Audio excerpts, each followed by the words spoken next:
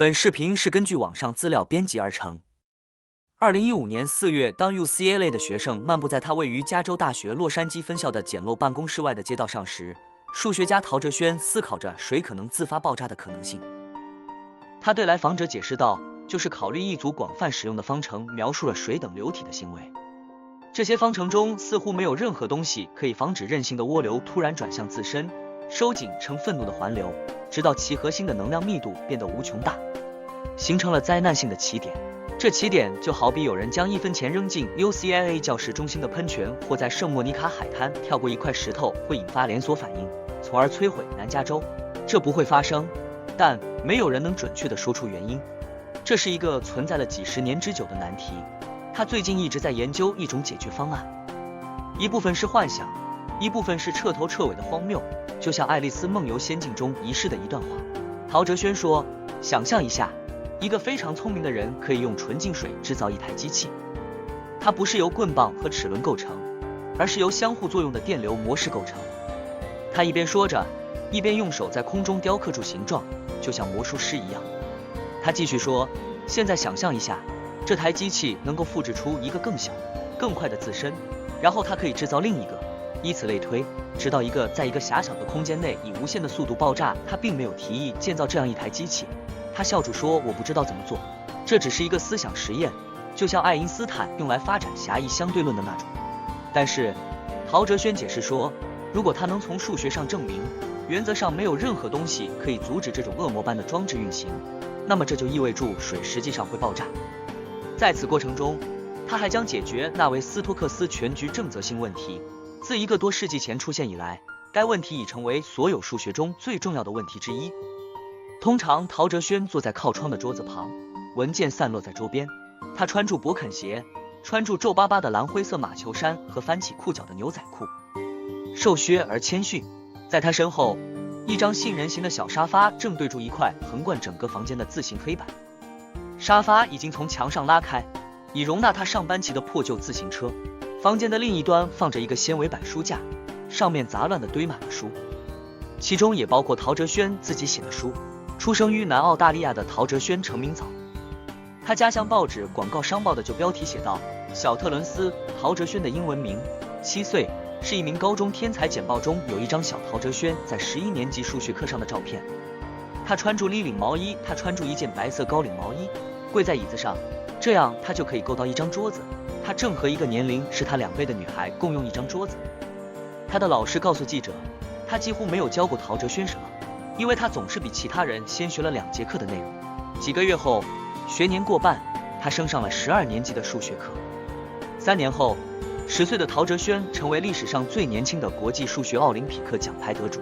从那以后，他赢得了许多其他奖项，包括麦克阿瑟天才奖和被认为是数学诺贝尔奖的菲尔兹奖。今天，许多人认为陶哲轩是他那一代人中最优秀的数学家。陶哲轩回顾他迄今为止的职业生涯，他现在和他孩提时代对数学的看法已发生了翻天覆地的变化。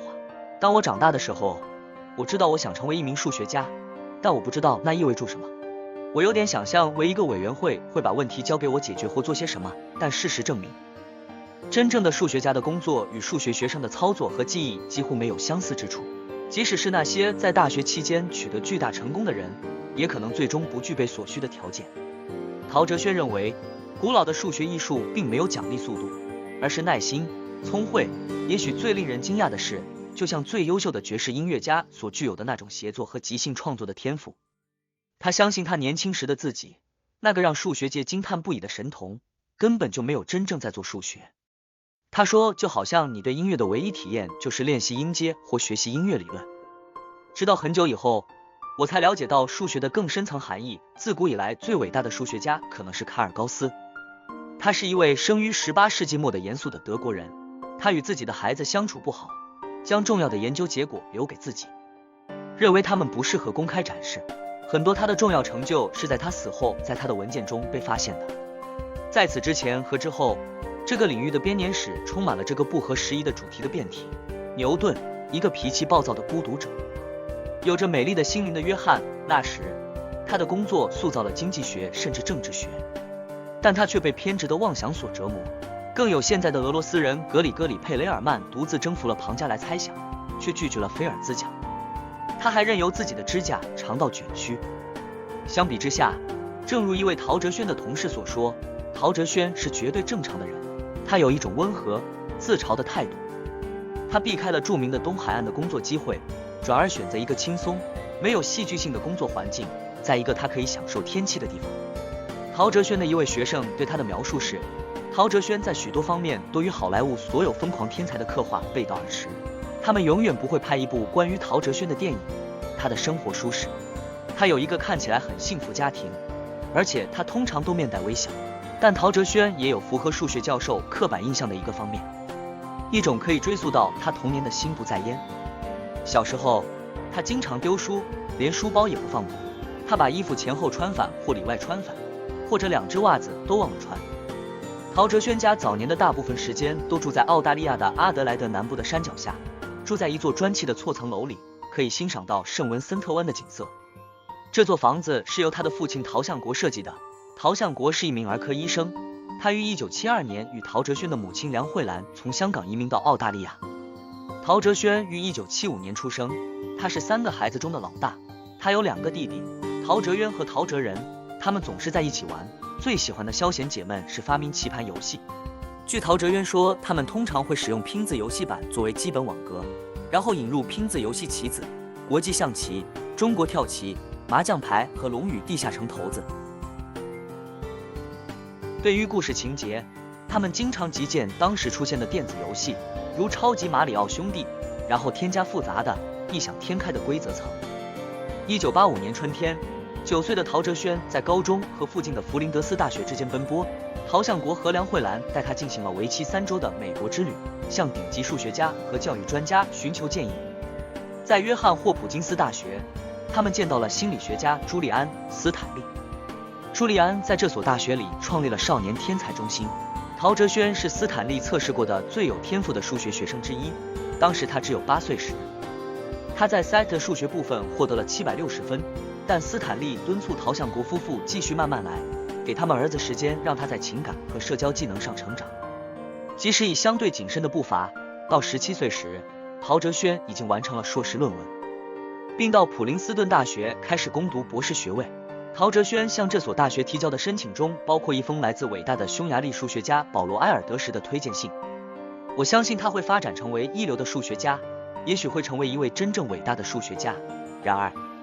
来到普林斯顿后，被吓倒的是神童陶哲轩。陶哲轩在普林斯顿的第1年，时任普林斯顿大学教授的安德鲁·怀尔斯宣布他证明了费马大定理，这是一个3个多世纪以来都没有解决的传奇问题。陶哲轩的研究生同学们滔滔不绝地谈论住他几乎没听说过的数学领域。陶哲轩因经常出没于研究生机房玩历史模拟游戏闻名而臭名昭著。他现在不玩电脑游了，因为他所谓的完美主义倾向让他很难停止玩游戏。在当地一家漫画书店，陶哲轩认识了一群玩魔法风云会的朋友。这是一款错综复杂的奇幻纸牌游戏，这是他第一次真正与同龄人一起出去玩，但他承认其中也有逃避普林斯顿压力的因素。有天赋的孩子通常会避免他们可能不擅长的挑战。在陶哲轩去普林斯顿之前，他在弗林德斯大学的成绩也有不好的时候。12岁时，在一门关于量子物理学的课程中，老师告诉全班同学，期末考试将包括写一篇关于该领域历史的短文。陶哲轩觉得不需要努力备考。当他坐下来准备考试时，他惊讶地发现这篇作文占成绩的一半。他回忆说，我记得我哭了，监考人员不得不送我出去，量子物理就挂科了。在普林斯顿，危机在博士资格考试时出现，这是一种由3位教授主持的范围广泛、艰巨的考试。当其他学生花费数月时间完成问题集并互相进行模拟考试时，陶哲轩决定采用他惯用的备考策略，临阵磨枪。他说，我进去了，很快就招架不住了，他们在问我无法回答的问题，不过最后教授们还是勉强的让我通过了。陶哲轩被授予被认为是诺贝尔数学奖的菲尔兹奖，以表彰他对偏微分方程、组合数学、调和分析和加法数论的贡献。陶哲轩在数论方面的工作与孪生素数猜想有关，这是法国数学家阿方斯·波利尼亚克于1849年提出的。沿着数轴往上走，将素数圈起来，你可能会注意到，有时一对素数之间的距离仅为2，例如5和7、11和13， 17和19等。这些是孪生素数，随着沿柱数轴的继续，它们出现的频率越来越低。2237和2239之后是2267和2269，在31391和31393之后，在到达31511和31513之前没有另一对。欧几里得设计了一个简单而漂亮的证明，证明素数的数量是无限的。但是孪生素数呢？就数轴而言，总会有另一对孪生素数吗？这个猜想彻底击败了所有证明它的尝试。当数学家遇到他们无法回答的问题时，他们有时会想出一个不那么严格的问题，希望解决这个问题能提供见解。这是陶哲轩在2004年与牛津大学的本·格林合作所走的道路。孪生素数是两个恰好相隔2的素数，但陶哲轩和格林考虑了一个更宽松的定义，即由常数分隔的素数对，无论是2还是任何其他数字。例如，素数3、7和11由常数4分隔。他们试图证明，无论某人发现两个素数的常数间隔有多大，总会有另一个更大的常数间隔，其素数之间的间隔是恒定的。经过一些初步的交谈，格林来到加州大学洛杉矶分校拜访陶哲轩。在短短2个月的时间里，他们完成了现在被称为格林陶定理的理论。它可能是通往孪生素数猜想的道路上的一个转折点。它在不同的数学领域之间建立了深刻的联系，帮助建立了一个称为加法组合学的跨学科领域。曾与陶哲轩合作过的不列颠哥伦比亚大学数学家伊莎贝拉拉巴说，格林陶理论开辟了许多新的研究方向。他给了很多人很多事情要做，这种合作一直是陶哲轩职业生涯的标志。大多数数学家倾向于专业化，但陶哲轩的范围很广，向他人学习，然后与他们合作进行发现。马克思·克尔是一位长期合作者和密友，他通过科幻小说来解释陶哲轩快速消化和运用数学思想的能力。看到陶哲轩在行动，让他想起了《黑客帝国》中尼奥的场景，武术下载到他的大脑，然后睁开眼睛，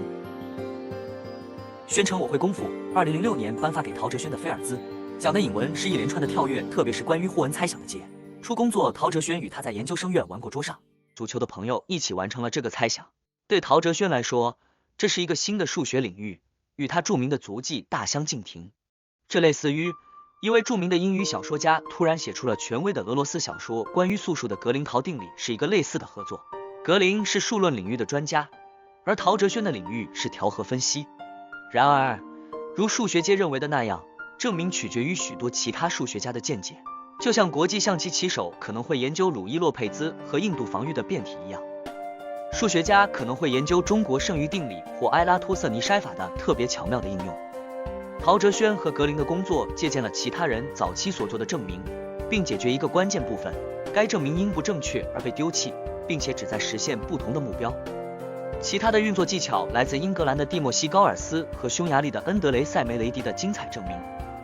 反过来，他们的工作依赖于埃尔多什、克劳斯·罗斯和弗兰克·拉姆齐的贡献，并连续不断地借鉴更早期工作。格林陶定理让数学界大吃一惊，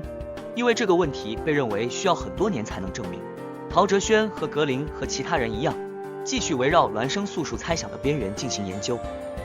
孪生素数猜想的较弱版本于2013年由张益唐证明。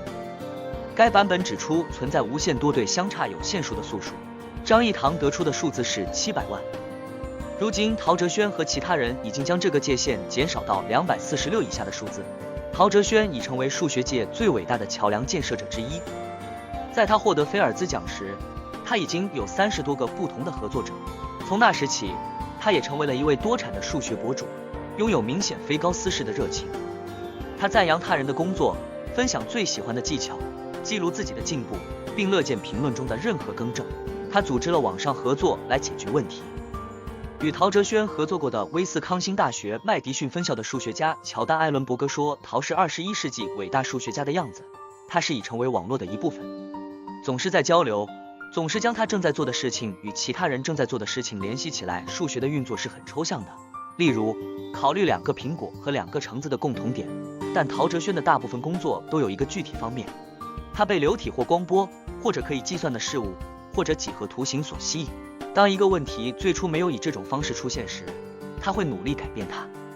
在他职业生涯的早期，他一直在努力解决一个波动相互叠加旋转的问题。他想建立一个移动坐标系，让事情更容易看到。他有时会躺在地板上来回翻滚，试图在脑海中看到他。一次，他这怪异的举动被姑姑看到了，他不知道怎样对姑姑解释。陶哲轩最近在水爆炸方面的工作始于一位来自哈萨克斯坦的教授声称已经完成了纳维斯托克斯证明。看了之后，他确信证明是不正确的，但他决定将这种直觉更推进一步，证明任何使用该教授方法的证明都肯定会失败。当他费力的研究证明，请求同事帮助翻译俄语原文时，他突然想到了他想象中的自我复制的水上装置的概念，利用工程学的想法取得在纯数学上的进展。他的这一贡献既是心理上的，也是数学上的，因为许多人认为纳维斯托克斯猜想的实质性进展可能是不可能的。现在他觉得有了一点希望。孪生素数猜想也有同样的感觉，一种冲破了使许多有志者望而却步的感觉。在数学世界之外，纳维斯托克斯猜想和孪生素数猜想都被描述为令人棘手的问题，但对于陶哲轩等人来说，这些问题更像是对手，这些对手仿佛在嘲笑他，让他相信自己忽视了显而易见的事实，或者是对手在反击，使对手在无路可逃时却快速逃跑了。现在他的对手方似乎暴露了一个弱点。陶哲轩说他已经领教过所谓的弱点，以为已经找到了突破防御的方法，但实际上是他中了埋伏。陶哲轩说你应该学会多疑，你要学会保持警惕。